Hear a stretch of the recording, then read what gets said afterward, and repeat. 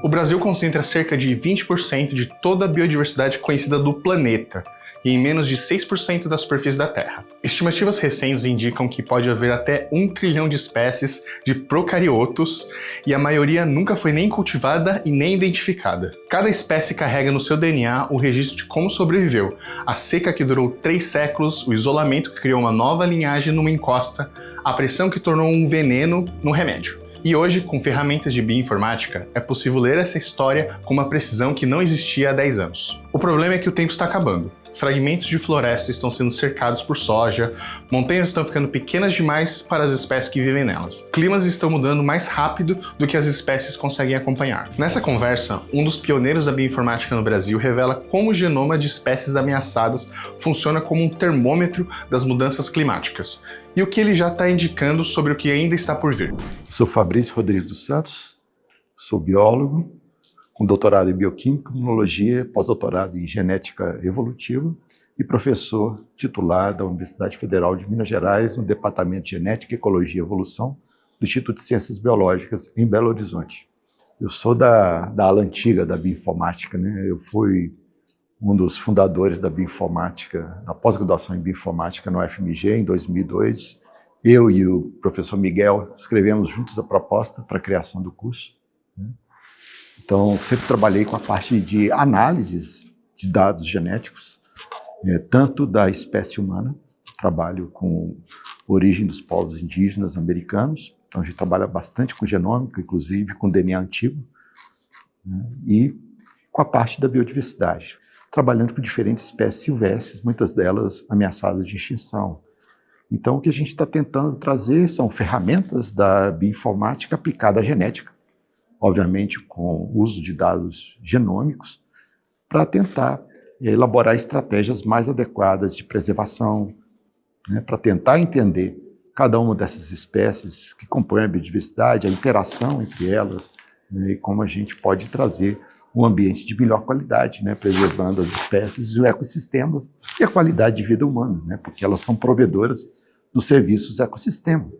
Essa biodiversidade extremamente representativa do que existe no mundo, né? E a gente está falando aqui de biodiversidade de macro-organismos, né? A gente não está falando exatamente de micro-organismos, que também é parte da biodiversidade, que na verdade a gente nem sabe quantas espécies tem. A estimativa, as últimas estimativas é que talvez a gente tenha 1 trilhão de procariotos. A maioria deles não são nem cultivados. Imagina o tanto de genes que está para estar no solo, no ar, na água, que a gente não conhece. Mas a gente não conhece nem os macro-organismos, que são o que a gente consegue ver, né? Vai numa floresta na Amazônia, o tempo inteiro aparecendo espécies novas. E isso tem aplicações, inclusive, biomédicas. Você descobre um gene numa espécie, descobre a função dele numa espécie. Se esse gene existe o que a gente chama o homólogo, o equivalente na espécie humana, provavelmente ele faz a mesma coisa da espécie humana, né? Aliás, a gente tem um punhado de genes que a gente deu nome porque a gente sabia o que eles faziam na bactéria, por exemplo, no ciclo de Krebs, né, glicólise, a formação de vários desses metabólitos, enzimas que participam desses ciclos aí de geração de energia, né, foi tudo descrito primeiro em bactérias, depois drosófilas, e funciona da mesma forma em humanos.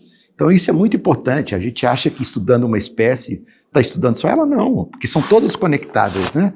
Os vertebrados têm um ancestral comum e já tinham uma base de genes, de funcionamento. Então, isso é muito importante, de maneira geral, para a compreensão do funcionamento biológico de todas as espécies. Os trabalhos em montanhas são muito interessantes. A fauna de montanhas, né, por exemplo, tem várias espécies de aves, passarinhos, beija-flor, que eles ocorrem só acima de 1.000, 1.100 metros. Tem também anfíbios, essas rãs, que também ocorrem só nessas águas frias de montanha, chegam até 2.000 metros e reproduzem ali. Então elas têm um endemismo associado a um ambiente que é muito sensível, por exemplo, à mudança climática. Então, muitas vezes, essas populações elas ficam restritas àquela parte da montanha que está acima de 900, 1.000 metros. Então ela não consegue conectar com outra população, porque entre ela e a outra tem um vale. Isso é um fenômeno já conhecido no mundo inteiro, que se chama as Ilhas do Céu. O que é isso, Ilhas do Céu? Imagina ilhas nos oceanos. Como é que elas são? Elas promovem isolamento porque as espécies, por exemplo, tem roedores. Aqui no Brasil tem um preazinho que é muito famoso, que é de uma ilha de Santa Catarina, que chama Molex do Sul. Então tem o preá da ilha de Molex do Sul, e ele está isolado há pelo menos 12 mil anos. Por quê? Porque antes de 12 mil anos, o nível do oceano estava até 120 metros mais baixo. Então era tudo conectado. Aquela ilha era parte do continente. E tinha Mata Atlântica. Mata Atlântica ia até a ilha. E essa população ficou lá, só que aí com o fim da glaciação, né, a temperatura média global subiu 5 ou 7 graus, que é o que a gente tem hoje, né? Aí o nível do oceano chegou a esse nível atual, e a gente tem ilhas, então tem esse preazinho, e tem uma jararaca ilhoa. Ela também foi a mesma coisa, ela ficou restrita ali, e normalmente essas jararacas, essas cobras, elas comem roedor, mas na ilha não tinha mais roedor. Elas se especializaram nas aves marinhas. Só que predar roedor é uma coisa. A ave voa, né? Então eles se aplicavam o veneno, ela dava um voo, fugia do raio de alcance da cobra. E o que aconteceu? Foram selecionadas aquelas cobras com o veneno mais bravo, mais terrível, que tinha ação imediata. Porque aquelas que conseguiam morder uma ave marinha a ponto dela ficar imediatamente paralisada, eram as que tinham veneno mais forte. E são perigosíssimas. Inclusive, é proibido visitar sem autorização e conhecimento essa ilha de Queimada Grande, ali no litoral de São Paulo, justamente por isso, a adaptação local. Então, é uma ilha que apareceu, essa era uma população que era a mesma do continente, mas depois de 12 mil anos é uma espécie nova. Então, a mesma coisa ocorre nas montanhas. Esses bichos adaptados à altitude, eles não conseguem encontrar as outras populações que estão separadas por vales de baixa altitude, porque eles não sobrevivem nessas áreas mais quentes. Então, eles funcionam, os topos de montanha, como ilhas, que a gente chama ilhas do céu, que é muito interessante. E a gente pode projetar, inclusive, se aumentar a temperatura, né? Por exemplo, a gente fala hoje, aquela temperatura que está fazendo a 1000 metros, com um aumento de meio grau, vai fazer 1200 ou 1300. Então a gente consegue projetar, e de repente algumas populações vão assistir, porque já estão num platô de 1100, 1200, não vai ter lugar para ir mais para frente, né? Porque se aumenta a temperatura, para onde elas vão, né? A gente sabe que tem algumas populações no hemisfério norte de invertebrados e vertebrados que elas já deslocaram altitudinalmente, porque elas têm onde. As nossas montanhas são bem baixas, né? Não é, por exemplo, lá na Escócia tem montanhas mais altas que aqui, né? E lá, por exemplo, libélulas deslocaram mais de 200 metros de altitude. Aqui a gente espera que também tenha um deslocamento, mas aqui, como não tem muito lugar para ir mais para cima, vai complicar um pouquinho a situação para elas. Porque para ir para outro lugar mais alto, talvez tenha que atravessar um vale. E é impossível para elas. Então, por isso do interesse dessas espécies de altitude, né? Porque elas vão ser tipo um termômetro do que acontece na natureza com as mudanças climáticas, da mesma forma que por exemplo, o pessoal que trabalha lá na Antártida com os pinguins, ou no Polo Norte com os ursos polares.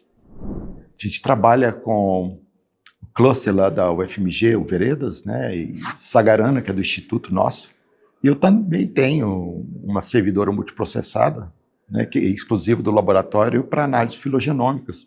Então, tem vários desafios aí justamente, né, para uso de inteligência artificial. Então, já configuramos uma máquina com várias GPUs, prevendo, né, o uso dela em algumas desses algoritmos novos, inclusive para anotação de genomas. Então, a perspectiva é da gente aumentar, né, mais o uso de diferentes HPCs no dia a dia da pesquisa em bioinformática. A gente já usa, né? A gente trabalha também bastante com colaboração, às vezes usa um HPC lá na Dinamarca, outro na Alemanha também, que permite a gente fazer algumas análises, né?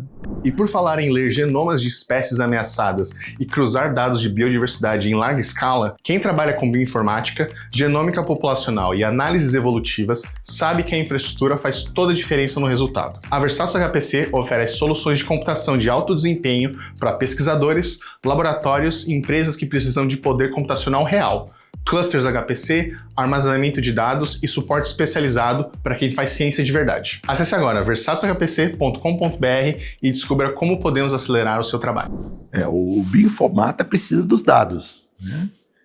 Mas, por exemplo, no laboratório, nós temos que gerar os dados também, né? Então, tem muito trabalho que a gente chama de laboratório molhado, né? Então, a análise em sílico depende da geração desses dados.